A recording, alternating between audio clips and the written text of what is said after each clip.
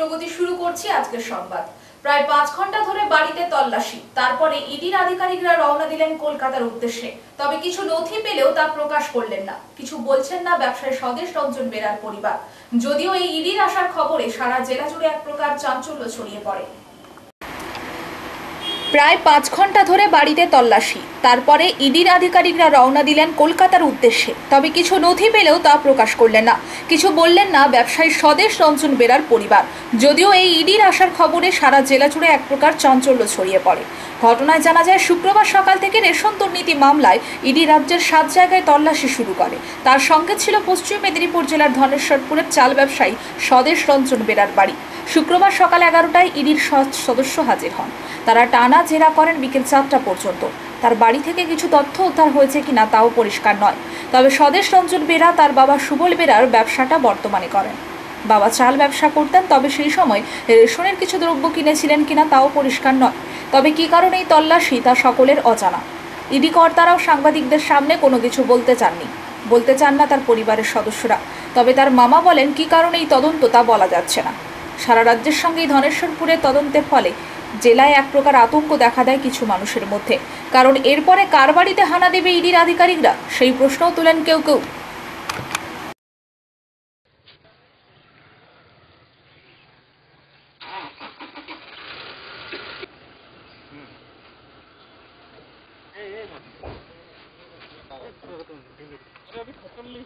अभी भी इन्वेस्टिगेशन चल रहा है सर।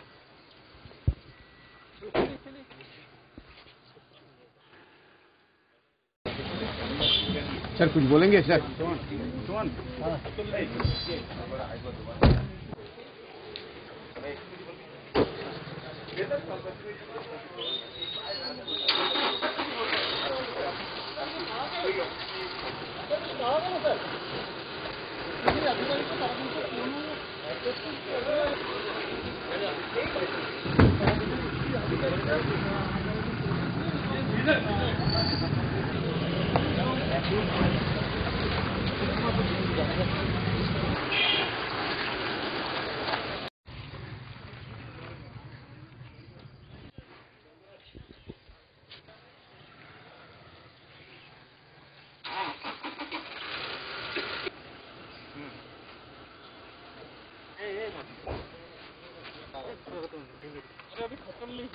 अभी भी इन्वेस्टिगेशन चल रहा है सर।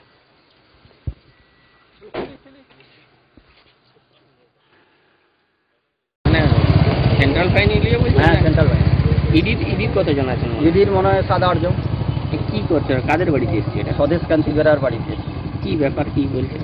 আমাকে ফার্স্টে জিজ্ঞেস করলো স্বদেশ কান্তি বেরা কোথায়। তারপর আমি বললাম তো বাড়িতে নেই মনে হয়। তারপর বাড়িতে নেই, বাজার গিয়েছিল মনে হয়। আমি তো জানি না, আমি তো আমার দোকানের মাল করতে চলে গেছিলাম। তো আমি ফিরে আসার পরে তা কিছুক্ষণ পরে স্বদেশ সেবক ঢুকলো। তখন স্বদেশ কান্তি বেরাকে জিজ্ঞেস করছে যে এটা আপনার বাড়ি? না, হ্যাঁ আমার। তার বাবার সঙ্গেও দেখা হয়েছে, কথা বলছে যে চালের ব্যবসা করতো। না, হ্যাঁ চালের ব্যবসা করতো। এইবারে বাড়িতে গেছে, কি করবে না করবে, কিভাবে তদন্ত হচ্ছে সেটা আমি আর বলতে পারবো না। এটা কি আগে থেকে চালের না না, আগে হাফকিং চালের ব্যবসা হতো, এখানে কোনো রেশনের চালের ব্যবসা হতো না। এখানে কোনো রেশন দুর্নীতির নয়, এটা হাফকিং চালের ব্যবসা হতো। হাফকিং চাল কিনে বর্ধমান পাঠাতো, সেই চালের ব্যবসা। এখানে কোনো রেশনের চালের ব্যবসা নেই। এখন কি চালের ব্যবসা? এখন চালের ব্যবসা তো করেই না। আমি জানি চালের ব্যবসা করে না, তবে আর কিভাবে কি হয় না হয়, কি ব্যবসা এখন কি করেন ওরা? এখন বাড়িতেই। এখন তো সবই তো বেকার আছে, এখান তো সার্ভিস না আছে, তো সার্ভিস হোল্ডার নেওয়া যায়। অন্য কোনো ব্যবসা করছে না, অন্য। আমি প্রথমে এইদিকে জিজ্ঞেস করলাম যে ওর এক ছেলে বাঁকুড়া কেন্দ্রীয় বিশ্ববিদ্যালয়ে যে পড়াশোনা করতো, কৃষি বিশ্ববিদ্যালয়ে, সেই ছেলের তদন্ত করতে এসছে নাকি। তখন বললো না না না, আমরা ইডি থেকে এসেছি, রেশনের চালের ব্যবস্থা এই ব্যাপার নিয়ে ওটা খোঁজ খবর নিচ্ছি। আপনার নাম? আমার নাম সীতানাথ প্রধান। আপনি কি এখানে থাকেন? হ্যাঁ, আমার এই তো একই তো বাড়ি, দুজনের মামা ভাগনা ভগ্নিপতি সবাই একসঙ্গে। আপনি কে হন তার? আমি মামা।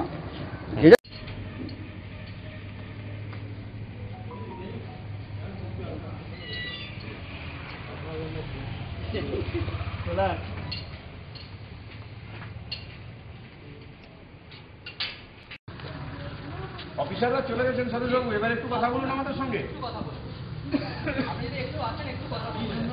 ছিল একটু যদি বলেন সদস্যবাবু। সদস্যবাবু কিছু বলবেন? চলছে বর্ষাকাল, ফলে প্রতিনিয়ত বৃষ্টি লেগেই আছে। আর তার মধ্যে বিদ্যালয়ের জলের ট্যাঙ্ক দীর্ঘদিন ধরে পরিষ্কার না হওয়ার কারণে সেই জল পান করে অসুস্থ হয়ে পড়ল বিদ্যালয়ের 37 জন ছাত্রছাত্রী। ঘটনাটি ঘটেছে মোহনপুরের নীলদা হাই স্কুলে। ফলে প্রতিনিয়ত বৃষ্টি লেগেই আছে। আর তার মধ্যে বিদ্যালয়ের জলের ট্যাঙ্ক দীর্ঘদিন ধরে পরিষ্কার না হওয়ার কারণে সেই জল পান করে অসুস্থ হয়ে পড়ল বিদ্যালয়ের 37 জন ছাত্রছাত্রী। ঘটনাটি ঘটেছে মোহনপুরের নীলদা হাই স্কুলে। ঘটনায় জানা যায়, মোহনপুরের নীলদা হাই স্কুলে ছাত্রছাত্রীদের পানীয় জল হিসেবে ট্যাপ কল রয়েছে, আর সেই জল ট্যাঙ্ক থেকে সরবরাহ করা হয়। প্রতিনিয়ত সেই জল পান করে আসছেন ছাত্রছাত্রীরা। তবে শুক্রবার বিদ্যালয়ের ছাত্রছাত্রীরা সেই জল পান করার পর একের পর এক অসুস্থ হয়ে পড়ে। বিদ্যালয়ের কর্তৃপক্ষ অসুস্থ ছাত্রছাত্রীদের প্রথমে মোহনপুরের বাগদা প্রাথমিক স্বাস্থ্য কেন্দ্রে চিকিৎসার জন্য পাঠান। সেখানে কিছু জনের অবস্থার অবনতি হওয়ায় তাদেরকে এগরা সুপার স্পেশালিটি হাসপাতালে স্থানান্তরিত করা হয়। তবে কী কারণে এই ছাত্রছাত্রীরা অসুস্থ হয়ে পড়ল তার তদন্ত করছে বিদ্যালয় কর্তৃপক্ষ। ট্যাঙ্কের ভিতরে ময়লা জমেছে কিনা না কিছু পড়েছে তা দেখা হচ্ছে।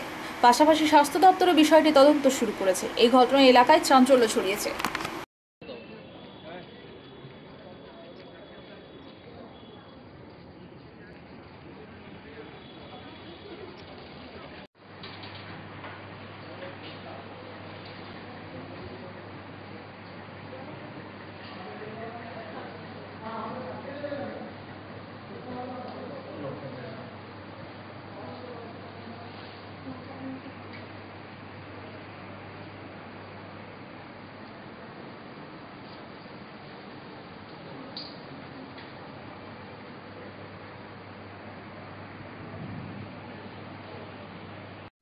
ঘটনা হয়েছিল, স্কুলে গেছিল 12:30টার দিকে। এমনি সব বাচ্চারা মাথা ঘোরাচ্ছিল, 36 জন বাচ্চা মাথা ঘোরাচ্ছে, নিঃশ্বাস নিতে পারছে না, খাঁচি নিয়ে এসেছে। এইটাই তো। কেন কেন কেউ জানে না, কেন এটাকে জানি না আমরা। কোন স্কুলে গেছিল? নীলদা হাই স্কুলে। কোন ক্লাসে পড়ে? 9-এ পড়ে।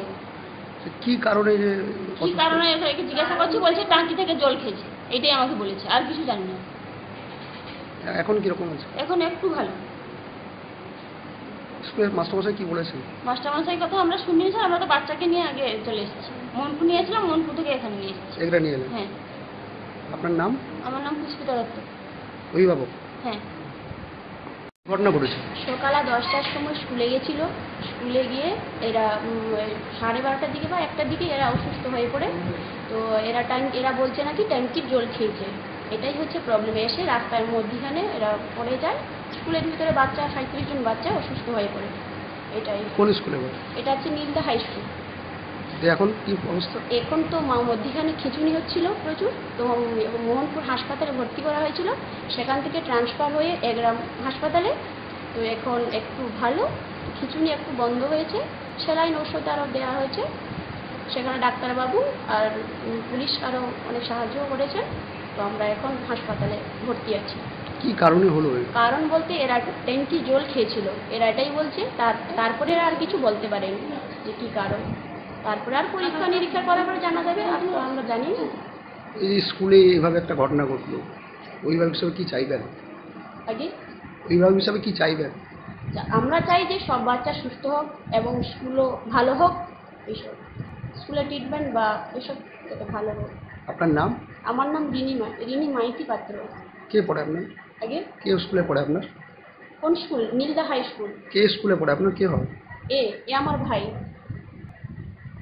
ওড়িশা থেকে প্রতিনিয়ত এই রাজ্যে গাঁজা পাচার হচ্ছে। বারে বারে গ্রেপ্তার হওয়ার পরেও এই চক্র বন্ধ হচ্ছে না। শুক্রবার ফের হাওড়া ভদ্রক বাঘাযতীন এক্সপ্রেস থেকে এক যুবককে গ্রেপ্তার করল রেল পুলিশ। তার কাছ থেকে উদ্ধার হয়েছে 12 কেজি গাঁজা। ওড়িশা থেকে প্রতিনিয়ত এই রাজ্যে গাঁজা পাচার হচ্ছে। বারে বারে গ্রেপ্তার হওয়ার পরে ওই চক্র বন্ধ হচ্ছে না। শুক্রবার ফের হাওড়া ভদ্রক বাঘাযতীন এক্সপ্রেস থেকে এক যুবককে গ্রেপ্তার করল রেল পুলিশ। তার কাছ থেকে উদ্ধার হয়েছে 12 কেজি গাঁজা। উল্লেখ থাকে, প্রতিনিয়ত রেল ও সড়ক পথেই কারবার চলছে। একের পর এক গাঁজা বিক্রেতাদের গ্রেপ্তারের পরেও এই চক্র বন্ধ হয়নি। ওড়িশা থেকে প্রতিনিয়ত এইভাবে এই রাজ্যে পাচার হচ্ছে। তবে বেলদা এলাকায় গাঁজার থেকেও মারাত্মক হয়েছে পাতা নেশা। প্রতিনিয়ত নেশায় চূর হয়ে যুব সমাজ বিপথে চলে যাচ্ছে।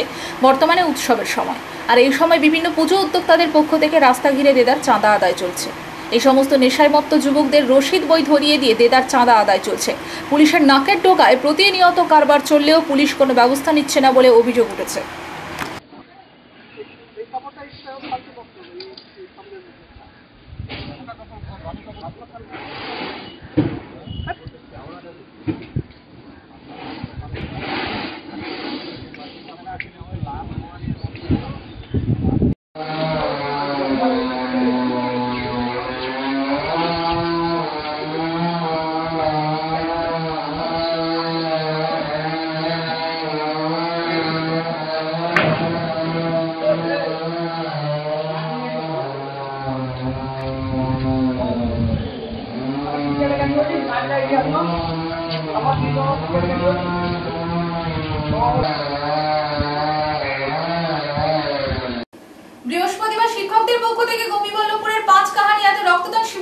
করা হয়।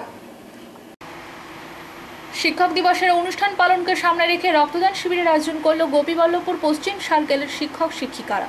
বৃহস্পতিবার শিক্ষকদের পক্ষ থেকে গোপীবল্লভপুরের 5 কাহানিয়াতে রক্তদান শিবিরের আয়োজন করা হয়। রক্ত সংগ্রহ করে গোপীবল্লভপুর সুপার স্পেশালিটি হাসপাতালের ব্লাড ব্যাংক। উপস্থিত ছিলেন ঝাড়গ্রাম জেলা ডিপিএসসি চেয়ারম্যান জয়দীপ হোতা, শিক্ষক নেতা স্বপন পাত্র প্রমুখ। যারা গিয়েছে এদিন গোপীবল্লভপুর পশ্চিম সার্কেলের মোট 46 জন শিক্ষক শিক্ষিকা শিবিরে রক্তদান করেন। সেই সঙ্গে বিতরণ করা হয় চারা গাছ।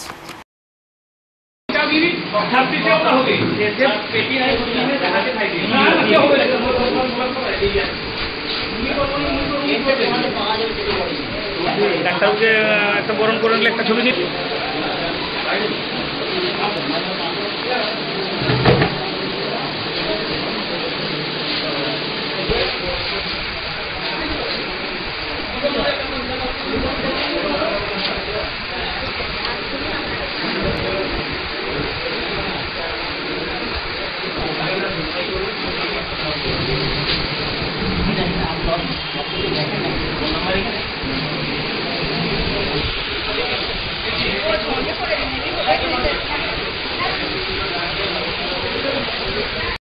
সমাজসেবী সফলতা অর্জন করছে।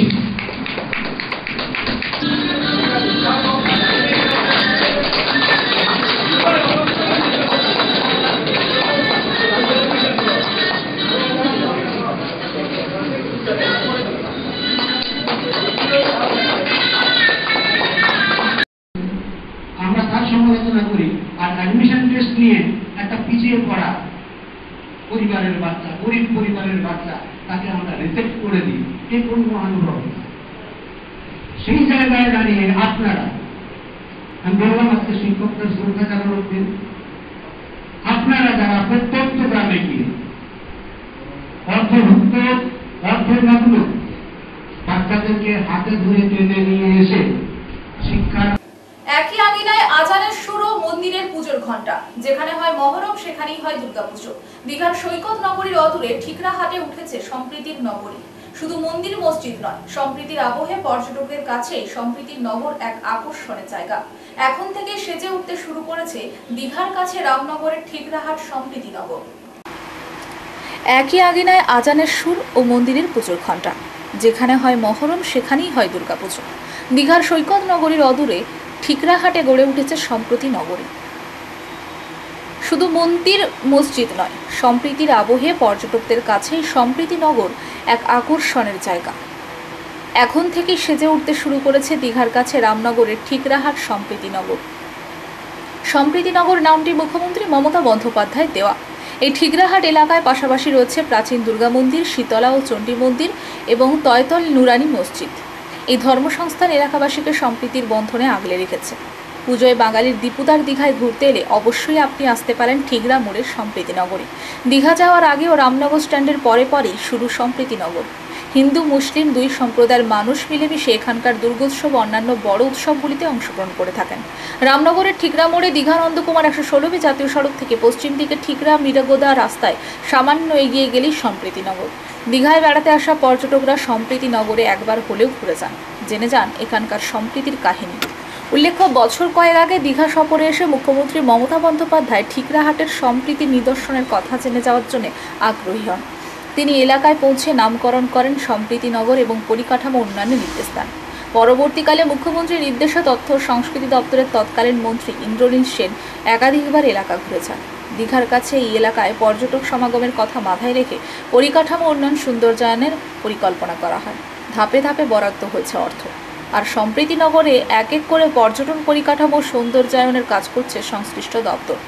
বর্তমানে জাতীয় সড়ক থেকে সম্প্রীতি নগরে ঢোকার মুখে রাস্তার সম্প্রসারণ ও সংস্কার করা হচ্ছে। রাস্তার পাশে এলইডি আলোক স্তম্ভ ও মন্দির প্রাঙ্গণে হাইমাস্ট আলো রয়েছে।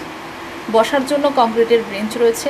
দর্শনার্থীদের যাতায়াতের যাতে অসুবিধা না হয় তার জন্য মন্দির চত্বর সহ আশেপাশের এলাকা পেভার ব্লক দিয়ে মুড়ে দেওয়া হয়েছে। মন্দির ও মসজিদ উভয়েরই পুকুরঘাট বাঁধানো হয়েছে। কমিউনিটি হল সহ স্টল তৈরি হচ্ছে। সব দিক দিয়ে সেজে উঠেছে সম্প্রীতি নগর। আগামী দিনে জাতীয় সড়ক থেকে ঠিকরাহাটের প্রবেশপথে সম্প্রীতি নগর লেখা একটি বড়সড় তোরণ গড়ে তোলা হবে বলে পরিকল্পনা রয়েছে।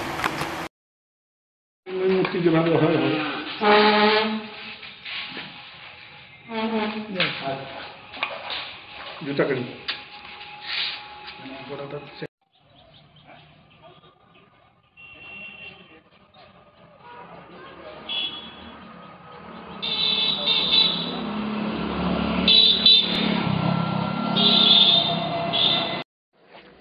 শিক্ষা জাগরণ সংঘ সম্প্রীতি নগরের এবারের পুজো, এবার পুজোর আয়োজন কেমন বা কতটা কি কি অনুষ্ঠান রয়েছে এবারের পুজোয় আপনাদের? প্রত্যেক বছরের মতন এই বছরও সে একই রকম সব কিছু অনুষ্ঠান থাকছে, সাংস্কৃতিক অনুষ্ঠান, খেলাধুলো, গীতিনাট্য, নাট্য আছে, যাত্রা আছে, অর্কেস্ট্রা আছে, এই সমস্ত কিছু আছে আর কি। সব নিয়ে যেভাবে হয় প্রতি বছরে না, এই বছরও সেভাবে আছে আর কি। এখানে যেমন সম্প্রীতি নগর বলা, একদিকে মসজিদ একদিকে মন্দির, যেমন এখানে ঈদও পালিত হয়, এখানে পুজোও পালিত হয়। এই যে সম্প্রীতির বার্তা, তিনি কি বলবেন? সেটা আমরা দীর্ঘদিন ধরে আমার ছোটবেলা থেকে দেখে আসছি, মন্দির মসজিদ সবই একসঙ্গে আছে এখানে। এবার প্রত্যেকের সঙ্গে আমাদের সম্পর্ক খুব ভালো, ওনাদের সঙ্গে আমাদের সঙ্গে খুব ভালো। ওনাদের সঙ্গে মহরমের সময় আমরাও অনুষ্ঠানে যোগদান করি, ওনারাও পুজোর সময় আসেন, আমাদের সঙ্গে সহযোগিতা করেন। হ্যাঁ, সবাই ভালোই আমাদের সম্পর্ক এখানে। আমার নাম বিশ্বজিৎ বেরা। সংবাদ এই পর্যন্ত, নমস্কার।